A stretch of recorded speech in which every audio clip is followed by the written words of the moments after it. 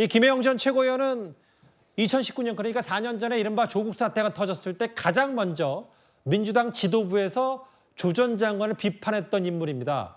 조국 전 장관과 관련 있는 인물 얘기가 나왔기 때문에 최근에 조 전 장관의 딸 조민 씨가 부산대 의전원 입학 취소 처분 소송을 취하했고 이제 진짜 고졸이 됐죠.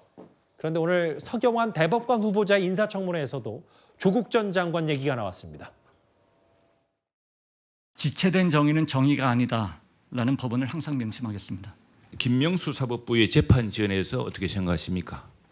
그 부분에 대해서 지금 여론이 많이 안 좋은 걸로 그래요. 듣고 있습니다. 조국 재판 1심에 3년 2개월 걸렸습니다. 어떻게 생각하십니까? 네, 단답을 조금 길다고 생각합니다. 울산시장 선거 개입 사건은 김미리 판사라는 분이 3년 반이 지나도록 1심 선고도 하지 않았습니다. 이거 정의롭습니까? 그건 지체된 정의로 보입니다. 조 전 장관 얘기가 나왔어요. 그러니까 1심 선고 또 3년 2개월 걸리고 또 항소심 또 언제 어떻게 마무리될지도 아직 기약이 없고 또 그 법조계 유명한 격언까지 소환이 좀 됐네요. 지체된 정의는 정의가 아니다. 그렇죠. 그거는 법조계에서 아주 유명한 법언이라고 우리가 흔히 얘기를 하죠. 그런 점에서 본다면 뭐 약간 표현은 좀 신중하게 했어요. 뭐 조금 뭐 지연됐다 뭐 이렇게 얘기를 하는데 조금 정도가 아니죠. 1심 재판에 그 사실 뭐 그걸 이제 뭐 지키지 않아도 되는 규정이라고 이제 판사들이 주로 해석을 하지만 대략 한 6개월 정도입니다. 6개월. 1심은 6개월 내에 결론이 내는 게 상식적으로 맞다. 뭐 이런 거거든요. 특별한 경우 아니면. 예. 근데 그 기간 내에 결론을 내기 어려우면 뭐 재판을 좀 더 그 여러 번 하든가 뭐 이렇게 해서 판사가 조절을 해야 되는 것 아닌가요? 근데 과거에는 그렇게 많이 했어요. 우리가 잘 아시다시피 박근혜 전 대통령 그 사건 때 보면은 뭐 일주일에 몇 번씩 재판하고 그랬어요. 그래서 그래도 상당히 길어졌는데 자, 조국 전 장관은 그러지 않았거든요. 그래서 1심 결론이 나오는데 3년 2개월까지 걸렸다. 근데 이게 꼭 조국 전 장관 문제뿐만 아니고 김명수 대법원장 체제하에서 이런 재판 지연이 유난히 많아요. 예를 들어서 울산시장 선거 공작 의혹 사건 같은 경우는 지금 3년 6개월이 지나도록 아직 1심 판결도 안 나왔어요. 예. 이런 건 얘기가 안 되잖아요. 그런 점에서 본다면 자, 서경환 그 대법관 지명자가 이 지체된 정의는 정의가 아니다. 이게 뭐 본인의 신념이라고 얘기를 하는데 예.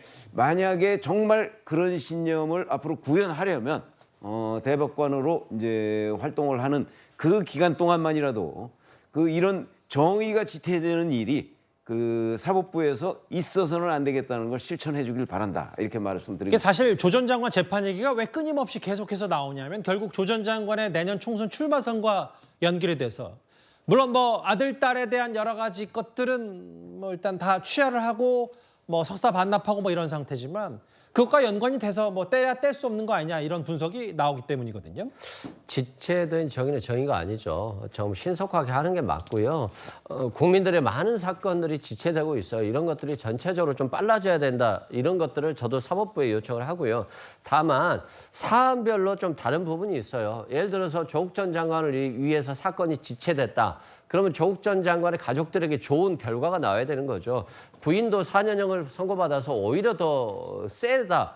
양형에 있어서 굉장히 셌다. 이런 평가를 받아요. 동생도 구속이 됐고 조카도 구속이 됐고.